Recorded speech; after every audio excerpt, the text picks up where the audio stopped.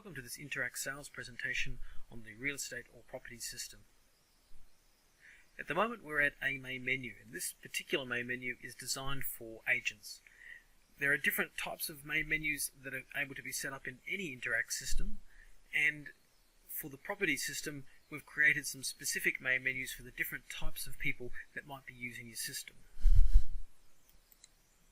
So you can see that we have different menus for sales agents, office juniors, sales managers, or the accounts department.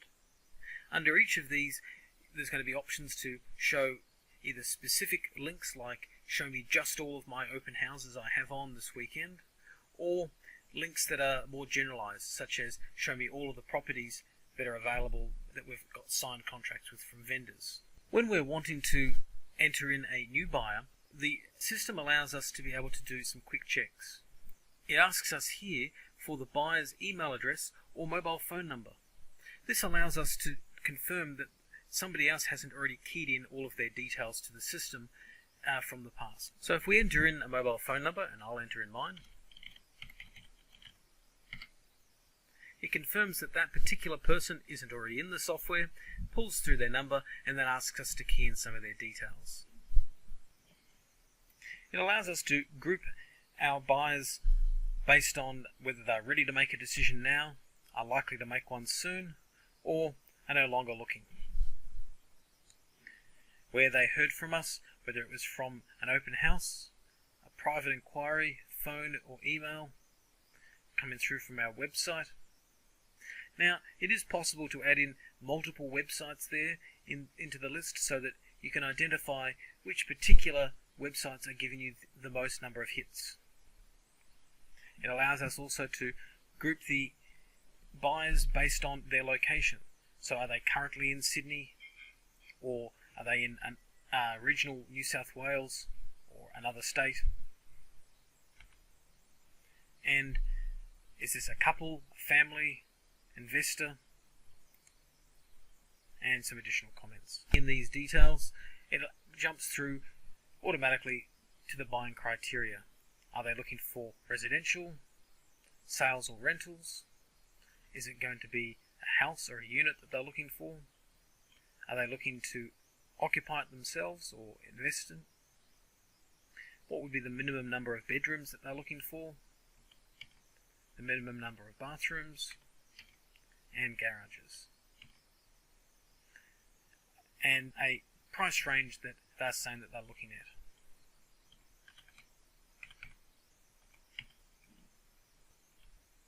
As well as their desired suburb that they're looking for.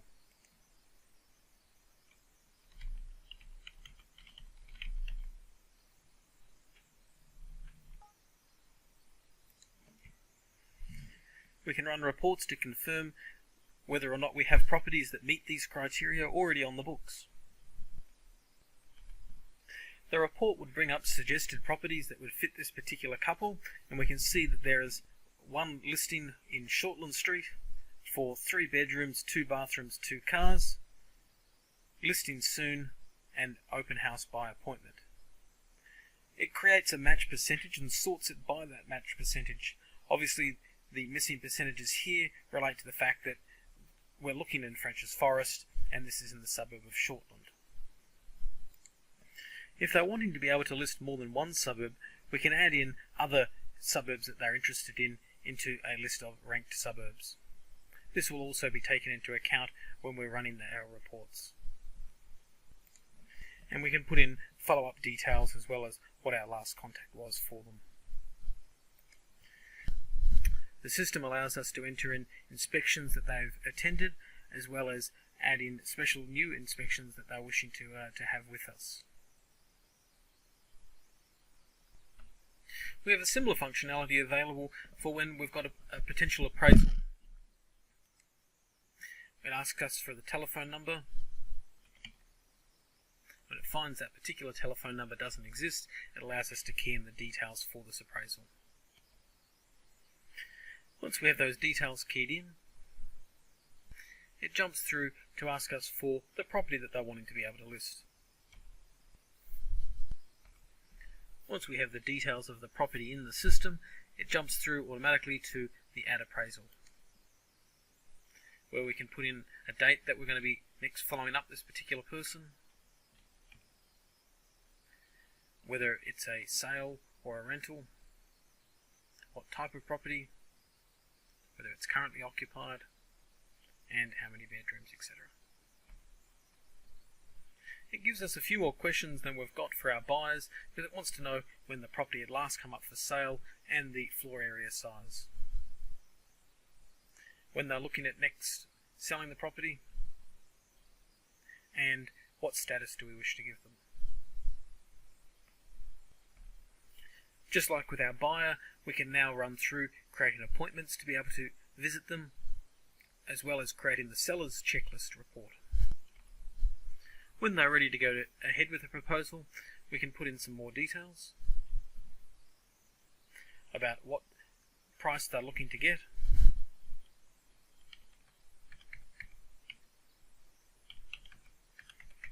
and what maximum price they're likely to get.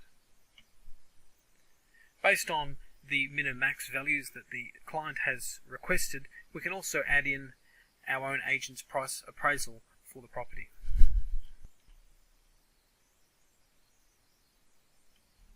From here we can create their proposal with a quotation, close date, follow-up date, and then what items we wish to include in the marketing proposal for this client. I'm adding in a new item here that we're going to be having Anthony the auctioneer with his normal rate, and we're also going to be having a print media package with a 8-shot day shoot and a web package, in this case on realestate.com.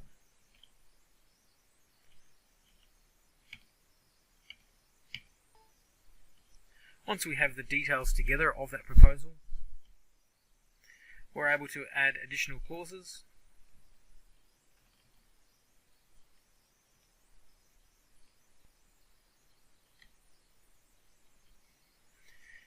and print out our proposal.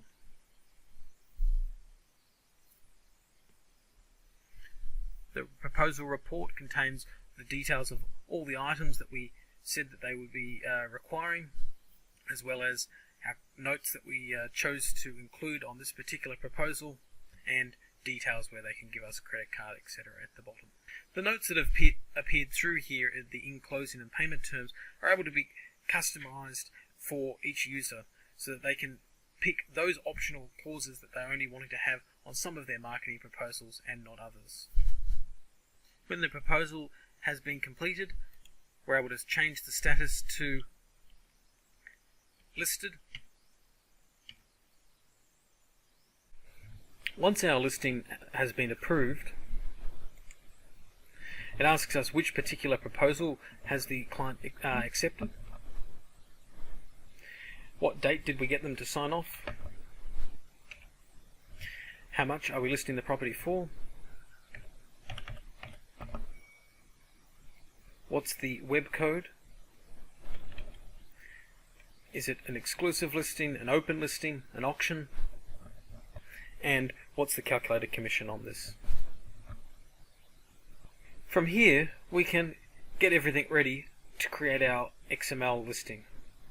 We can come through and enter in the images that will be required for this, notes on the image,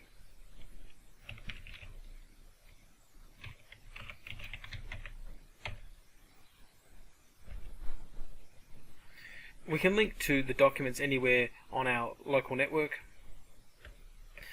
but depending on what basis that we've set up for our listing, we'll be able to choose to enter in the auctioneer's details, as well as the open house times, which staff member will be running this particular open house. From here we can also schedule our photographer for their shoots, sign writers, copywriters,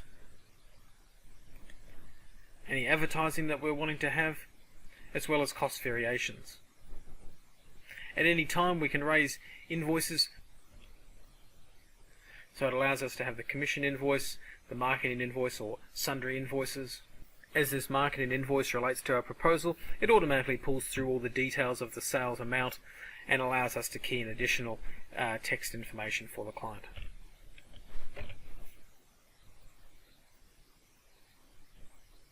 We can see here the same details before as we had on the proposal for our BSB and account details, as well as our credit card details, and as the details of what was on the initial proposal and our notes that we typed in. Once we have all the details set up for the listing,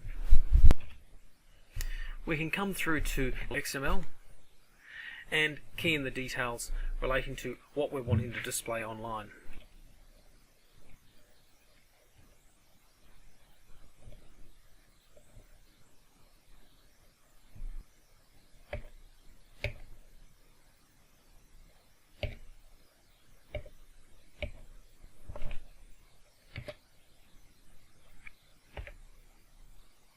It asks us how many images are going to be within the listing, the photo position, and then the listing is created. All of the standard features that can be in a property are able to be selected, and we can just simply click in and put in a yes if they are there, or in the case of others we can put in a number of air conditioning garage spaces. All of this information will obviously come through to our web listings that we're creating automatically through the system, and we can put through other free format text notes that are going to also appear on that listing. Once we're happy with all of those details, we can click on the export out to XML, and the system will create those files and upload them via FTP.